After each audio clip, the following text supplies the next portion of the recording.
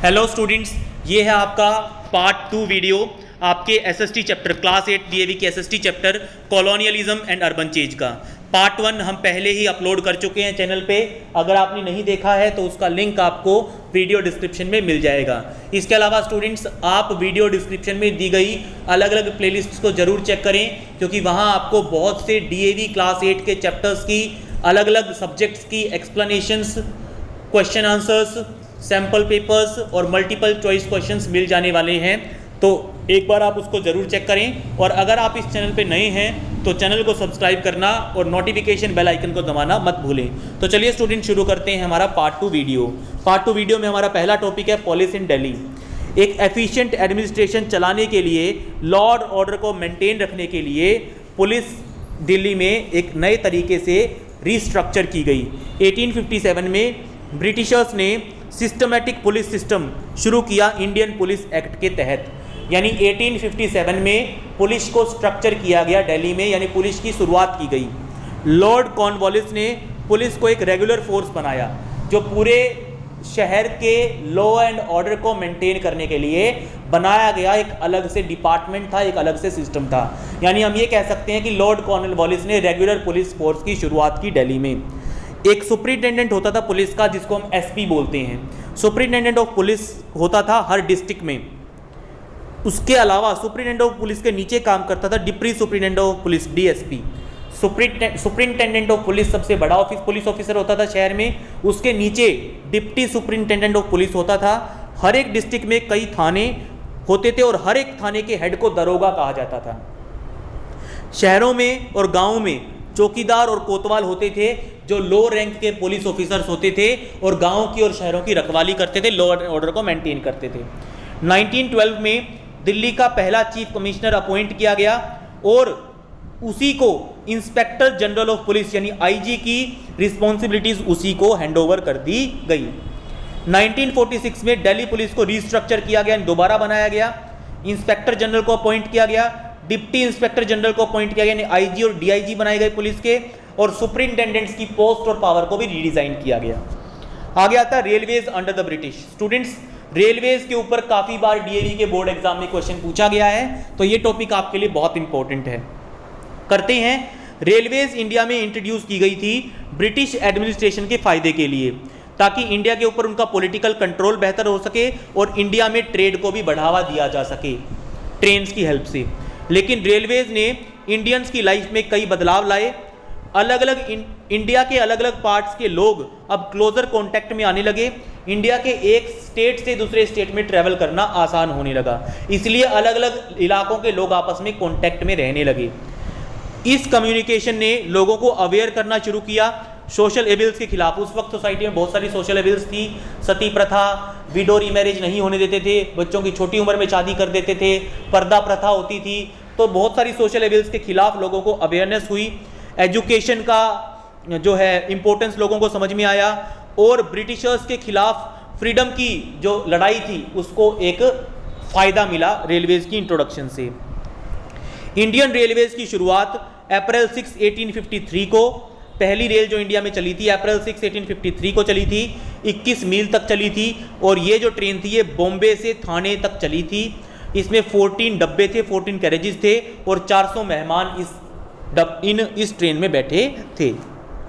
Britishers ने क्यों India में रेलवेज को इंट्रोड्यूस किया, उसके 4 इंपॉर्टेंट कॉन्सेप्ट हैं। पहला, कमर्शियल एडवांटेज के लिए। रेलवेज की हेल्प से ब्रिटिशर्स खेतों से रॉ मटेरियल इकट्ठा करके, माइंस से मिनरल्स इकट्ठा करके उनको पोर्ट्स पे आसानी से भेज सकते थे और फिर उनको शिप्स में लाद के इंग्लैंड में भेजा जा सकता था ब्रिटिश इंडस्ट्रीज की डिमांड्स को पूरा करने के लिए।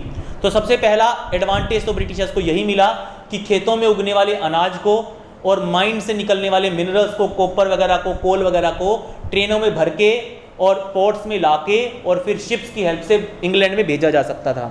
पॉलिटिकल एस्पेक्ट्स, पॉलिटिकली क्या फ़ायदा था उनका। रेलवेज की हेल्प से ब्रिटिशर्स अपनी पोजेशंस को, यानी जो जो इंडिया के पार्ट ब्रिटिश इंडिया में आते थे उन सबको सेफ गार्ड कर सकते थे। कैसे? अपनी आर्म्ड फोर्सेस को बहुत क्विकली उस एरिया में भेज सकते थे जिस एरिया में रिबेलियन किया है लोगों ने, ट्रेन्स की हेल्प से। डिफेंस एस्पेक्ट सबसे इंपॉर्टेंट था। डिफेंस एस्पेक्ट रेलवेज ने ब्रिटिश डिफेंस फोर्सेस को इंडिया में होने वाले मिलिट्री अटैक्स को काउंटर करने में फ़ायदा पहुंचाया।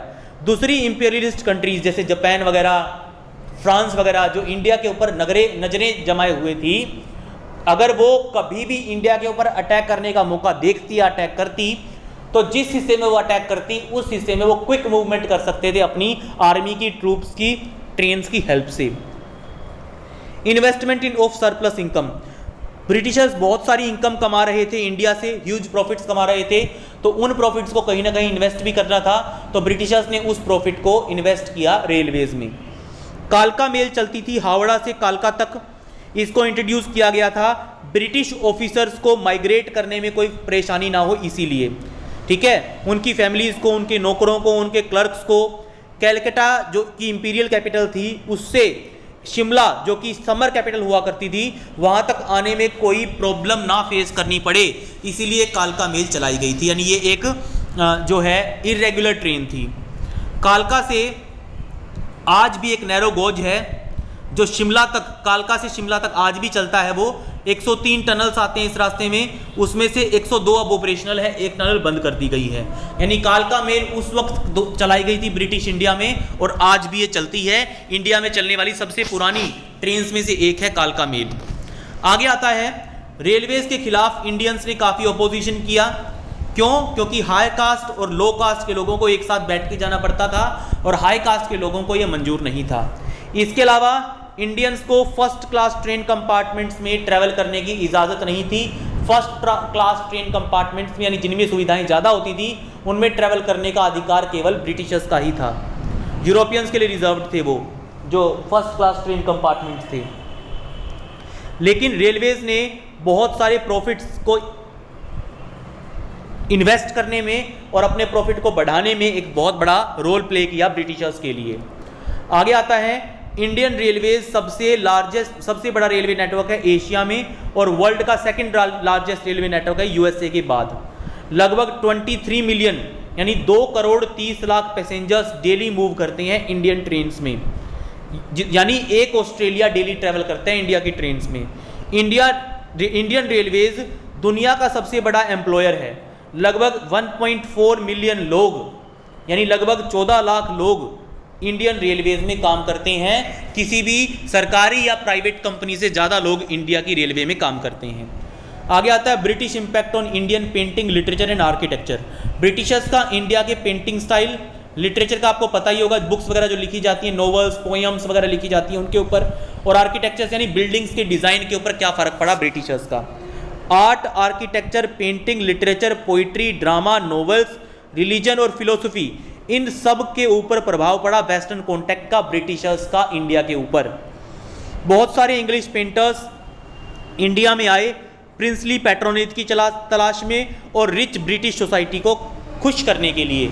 जिस वक्त इंडिया में किंग्स होते थे उस वक्त इंडिया के किंग्स अच्छे अच्छे पेंटर्स को, अच्छे अच्छे नोवेल राइटर्स को पैसा देते थे, गहने देते थे खुश होकर उनके काम से। तो उस प्रिंसली पैट्रोनेज की तलाश में और रिच ब्रिटिश सोसाइटी को खुश करने के चक्कर में बहुत सारे ब्रिटिश पेंटर्स इंडिया में सेटल हो गए। उस वक्त की पेंटिंग्स में इंडियन रॉयल कोर्ट्स, इंडिया के दरबारों को दिखाया जाता था, इंडिया की फ्लोरा और फौना, पेड़ पौधों को और जानवरों को दिखाया जाता था। इंडियन पेंटर्स ने भी अपनी थीम्स को चेंज कर लिया, अपने मीडियम ऑफ पेंटिंग को चेंज कर लिया, क्योंकि लोगों का टेस्ट बदल रहा था उस वक्त। जो मेन इंडियन पेंटर्स उस वक्त के हुआ करते थे, राजा रवि वर्मा, अभिनंद्रनाथ ठाकुर, ठीक है, जामिनी रॉय, इन लोगों ने वेस्टर्न स्टाइल ऑफ पेंटिंग को अपना लिया, वेस्टर्न स्टाइल में ये पेंट करने लगे। जैसे ये कुछ मेन पेंटिंग्स दिखाई गई हैं यहाँ पे, गैलेक्सी ऑफ म्यूजिशियंस, सरस्वती माता इसमें तंबूरा बजा रही हैं, और लेडी विद लैंप और शकुंतला, ये उस वक्त बनाई गई मेन पेंटिंग्स में से हैं। उस वक्त बहुत सारे आर्किटेक्चरल वंडर्स भी बनाए गए। आर्किटेक्चरल वंडर्स का मतलब बहुत सारी अद्भुत इमारतें भी बनाई गई, जैसे कि मद्रास की पोर्ट सिटी में बहुत सारी आर्किटेक्चरल वंडर्स बनाए गए, बहुत सारे चर्चिज बनाई गई इंग्लिश स्टाइल में, जिसमें आर्टिस्टिक कार्विंग्स की गई, जिसमें नक्काशी की गई दीवारों में आर्टिस्टिक स्टाइल में। मद्रास के जो गवर्नर थे उन्होंने मद्रास सिटी को बिल्कुल बदल दिया। बड़े बड़े बेंगलो बैंकेट हॉल्स बनाए गए जो ब्रिटिश ऑफिशियल्स के रहने के अकॉर्डिंग बनाए गए थे, ताकि वो इवनिंग फंक्शंस कर सकें, अपनी लाइफस्टाइल को एंजॉय कर सकें। ब्रिटिश बॉम्बे सिटी में भी churches, town halls, railway stations और बहुत सारी स्ट्रक्चर्स बनाई गई जो इंग्लैंड की अकॉर्डिंग इंग्लैंड की फेमस बिल्डिंग्स के को रिजेंबल करती थी। ठीक है, जैसे कि टाउन हॉल बनाया गया चेन्नई में, वाइसरॉय हाउस शिमला में, विक्टोरिया टर्मिनस मुंबई में। बहुत सारी आर्किटेक्चरल बिल्डिंग्स इंडिया में ऐसी बनाई गई जो उस वक्त के इंग्लैंड की फेमस बिल्डिंग्स को की तरह दिखती थी। ब्रिटिशर्स ने इंडिया के लिटरेचर को भी इफेक्ट किया। फोर्ट विलियम कॉलेज कलकत्ता में पढ़ने वाले जो विद्वान थे उन्होंने इंडिया के पुराने टेक्स्ट को ट्रांसलेट किया, ग्रामर्स लिखी, डिक्शनरीज बनाई और बहुत सारी मनुस्क्रिप्ट्स यानी पुराने टाइम की हैंड रिटन स्क्रिप्ट्स को इकट्ठा किया और उसको इंग्लिश में ट्रांसलेट किया। सिर्फ ओरिजिनल लिटरेचर को ही नहीं, ट्रांसलेशंस जो थी वो भी ब्रिटिश को ग्रेट दिखाती थी। यानी उस वक्त बहुत सारी ऐसी बुक्स लिखी गई जिसमें ब्रिटिशर्स को काफ़ी बड़ा चढ़ा के दिखाया गया था। ऐसा दिखाया गया था कि ब्रिटिशर्स इंडिया की डेवलपमेंट में बहुत इंपॉर्टेंट रोल प्ले कर रहे हैं, ऐसा दिखाया गया था। उस वक्त के बहुत से बड़े बड़े लिटरेरी फिगर्स थे। लिटरेरी फिगर्स का मतलब जिन्होंने बहुत इंपॉर्टेंट नॉवेल्स, पोइट्री, ड्रामा वगैरह लिखे हैं। उनमें से रविंद्रनाथ टैगोर, अरबिंदो घोष, सरोजिनी नायडू, मुल्कराज आनंद, आर के नारायणन, ये इंग्लिश पैटर्न ऑफ राइटिंग से काफ़ी इन्फ्लुएंस थे और ये इंडिया के उस वक्त बहुत मेन राइटर हुआ करते थे। आगे आता है do you know from palm leaves to printed word. Palm leaves का मतलब पहले जो राइटिंग्स होती थी वो पाम लीव्स, पाम पेड़ की पत्तों पे लिखी जाती थी, लेकिन धीरे धीरे प्रिंटिंग प्रेस अपना असर दिखाने लगी। The credit for thinking of need of political freedom and social progress by Indians goes to missionaries through the introduction of printing and publishing. India में पॉलिटिकल फ्रीडम के जो आइडियाज़ थे, सोशल प्रोग्रेस के जो आइडियाज़ थे, उसको फैलाने में मिशनरीज कौन होते थे? जो क्रिश्चियनिटी को बढ़ावा देने के लिए इंडिया में आए थे। मिशनरीज ने बहुत इंपॉर्टेंट रोल प्ले किया। कैसे? मिशनरीज के इंडिया में आने के बाद वो प्रिंटिंग प्रेस के जरिए, पब्लिशर्स के जरिए अपने वर्क्स को पब्लिश करने लगे, छाप के इंडिया में बांटने लगे, बेचने लगे। इन्हीं प्रिंटिंग प्रेस की हेल्प से, इन्हीं पब्लिशर्स की हेल्प से इंडियन फ्रीडम फाइटर्स ने भी बहुत सारी पत्रिकाएं, बहुत सारे न्यूज़पेपर्स मार्केट्स में लॉन्च किए और लोगों को नेशनल फ्रीडम स्ट्रगल में पार्टिसिपेट करने के लिए एनकरेज किया। इससे पहले हैंड रिटन बुक्स ही इंडिया में बेची जाती थी, लिखी जाती थी। ये जो हैंड रिटन बुक्स थी ये पाम लीव्स के ऊपर लिखी जाती थी, लेकिन प्रिंटिंग प्रेस की वजह से बुक्स का कॉस्ट काफ़ी कम हो गया। अब एक एवरेज पर्सन भी बुक्स को खरीद के पढ़ सकता था, अपने पास रख सकता था। ठीक है, पाम लीव्स के ऊपर लिखी हुई हैंड रिटन बुक्स काफ़ी महंगी बिकती थी, आम लोग उसको अफोर्ड नहीं कर पाते थे। ठीक है स्टूडेंट्स, तो प्रिंटिंग प्रेस ने भी बहुत इंपॉर्टेंट रोल प्ले किया। ये आपका था colonialism and urban change class 8 DAV का एसएसटी चैप्टर। अगर आपको ये स्टूडेंट्स वीडियो पसंद आए तो प्लीज़ लाइक कीजिए, शेयर कीजिए, कमेंट कीजिए, चैनल को सब्सक्राइब करना मत भूलिए। Thank you students.